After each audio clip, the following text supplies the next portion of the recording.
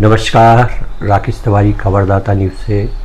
आज हमारे साथ में हैं वरिष्ठ एडवोकेट कृष्णवीर ठाकुर, जिन्होंने लोकतांत्रिक मीसाबंदी में विशेष योगदान रहा है और उनका जो है भाजपा संगठन द्वारा सम्मान भी किया गया है। मुख्यमंत्री में भी कुछ घोषणा की गई हैं उनके हित के लिए कि जो उन्होंने देश के लिए आज़ादी में योगदान दिया है। हम उनसे बात करेंगे कि जो मुख्यमंत्री द्वारा जो घोषणा की गई है कहाँ तक आप अच्छा मानते हैं, क्या घोषणा ये अच्छी है आपके लिए, आपके हित की है। नमस्कार, मैं कृष्णवीर ठाकुर, लोकतंत्र सेनानी संघ मध्य प्रदेश का मैं प्रदेश का उपाध्यक्ष हूँ। जो मीसाबंदी थे उनका शासन के द्वारा रिकॉग्नाइज्ड ऑर्गेनाइजेशन है। 26 जून को कल माननीय मुख्यमंत्री जी के निवास पर प्रत्येक वर्ष की तरह हम लोगों को पूरे प्रदेश के लोकतंत्र सेनानियों को आमंत्रित करके सम्मान किया जाता है। उस कार्यक्रम में सागर जिले और संभाग का प्रतिनिधित्व करते हुए मैं भी उपस्थित था। मुझे बहुत खुशी है कि कल का कार्यक्रम बहुत ही अच्छे तरीके से संपन्न हुआ। उसमें माननीय मोहन यादव जी ने कुछ बहुत अच्छी बातें कही। पहली बात तो ये कि वो स्वयं एक मीसाबंदी के पुत्र हैं। उनकी आयु मात्र 9 वर्ष की थी जब उनके पिताजी को जेल भेजा गया था। तो उन्होंने उसका उल्लेख किया और कहा कि हमारे तो परिवार में ही हमने इसको भोगा है, इसलिए आपके दुख दर्द को हम जानते हैं और हम जो भी आप लोगों की हेल्प के लिए बन सकेगा उसको हमेशा करने के लिए तत्पर रहेंगे। कुछ प्रमुख घोषणाएं जो उन्होंने की हैं और आज के अखबारों में भी आया है। पहली तो ये कि लोकतंत्र सेनानियों के अलग से तीर्थ दर्शन रेल यात्रा शुरू कराएंगे। रेल यात्रा की सुविधा तो भारत सरकार पहले से दे रही है, लेकिन केवल लोकतंत्र सेनानियों के लिए पूरे देश के तीर्थों की यात्रा कराने का ये प्रथम निर्णय पूरे देश में लिया गया है।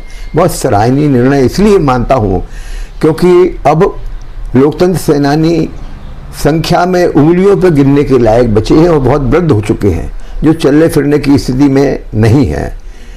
तो ऐसे व्यक्तियों के लिए शासन अगर अपनी मदद से रेल यात्रा कराती है और तीर्थ दर्शन कराती है तो एक बड़ा सराहनीय निर्णय है। अच्छा, स्वास्थ्य विभाग पर भी उन्होंने कुछ आपको सुविधाएं देने की स्वास्थ्य विभाग का उन्होंने कहा कि हम आपकी जो भी चिकित्सकीय आवश्यकता रहेगी, आपको जो भी मदद होगी उसको हम आपको सारी मेडिकल सुविधाएं प्राप्त होंगे जैसे स्वतंत्रता सेनानियों को प्राप्त होती हैं। तो आपको पेंशन तो मिलती होगी, सम्मान निधि मिल रही है और जो मृत हो गए हैं उनके परिवार को आदि सम्मान निधि प्राप्त होती है। जो जीवित स्वतंत्रता लोकतंत्र सेनानी उनको जो वास्तविक पूरी राशि है वो मिलती है। तो ये इस प्रकार की कुछ घोषणाएं उन्होंने की हैं। तो ये बहुत सराहनीय निर्णय है। और जैसे स्वतंत्रता संग्राम सेनानी थे, उन्होंने अपने भाषण में भी इसका उल्लेख किया कि देश की आज़ादी के लिए लड़ने वाले लोग स्वतंत्रता संग्राम सेनानी थे, जिनको हम सब लोगों ने, हमारी पुरानी सरकार ने भी सम्मान दिया।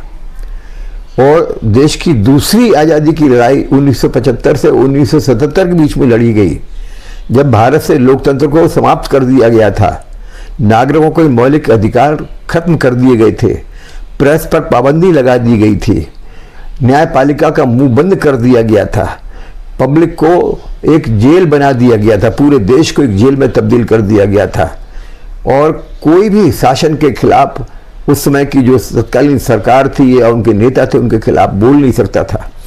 प्रशासन की गुंडागर्दी चरम सीमा पर थी।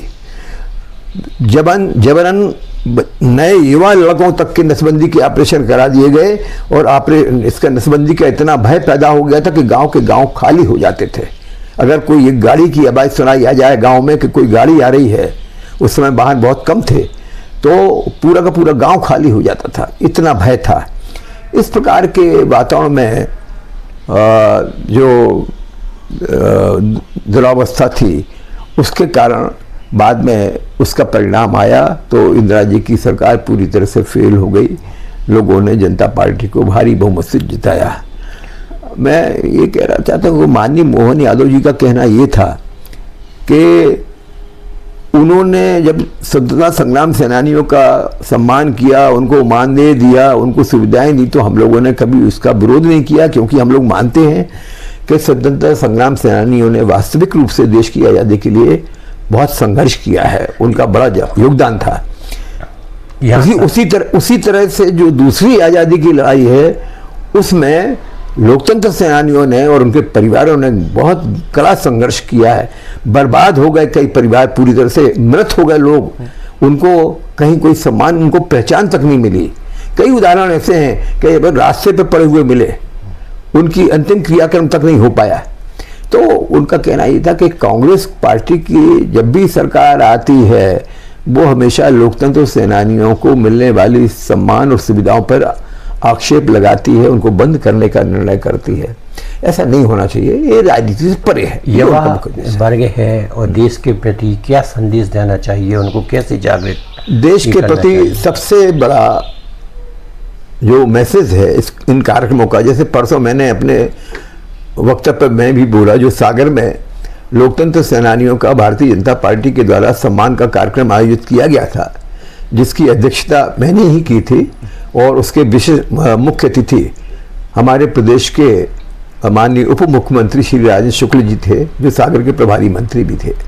वहाँ बीजेपी के सारे पदाधिकारी, जिला अध्यक्ष, सांसद, विधायक, पूर्व मंत्री सब लोग थे। उसका मुख्य उद्देश्य ही है कार्यक्रम का कि समाज में और युवा वर्ग में इस बात की जागरूकता होना चाहिए कि 75 से 77 के दौर में क्या हुआ था। भारत के लोकतंत्र को, जो विश्व का सबसे पुराना लोकतंत्र है, किस प्रकार से सत्ता के हथकंडों से नष्ट कर दिया गया था, खत्म कर दिया गया था। ये हमारे लिए, हमारे युवाओं के लिए हमेशा एक सीख लेने वाला प्रश्न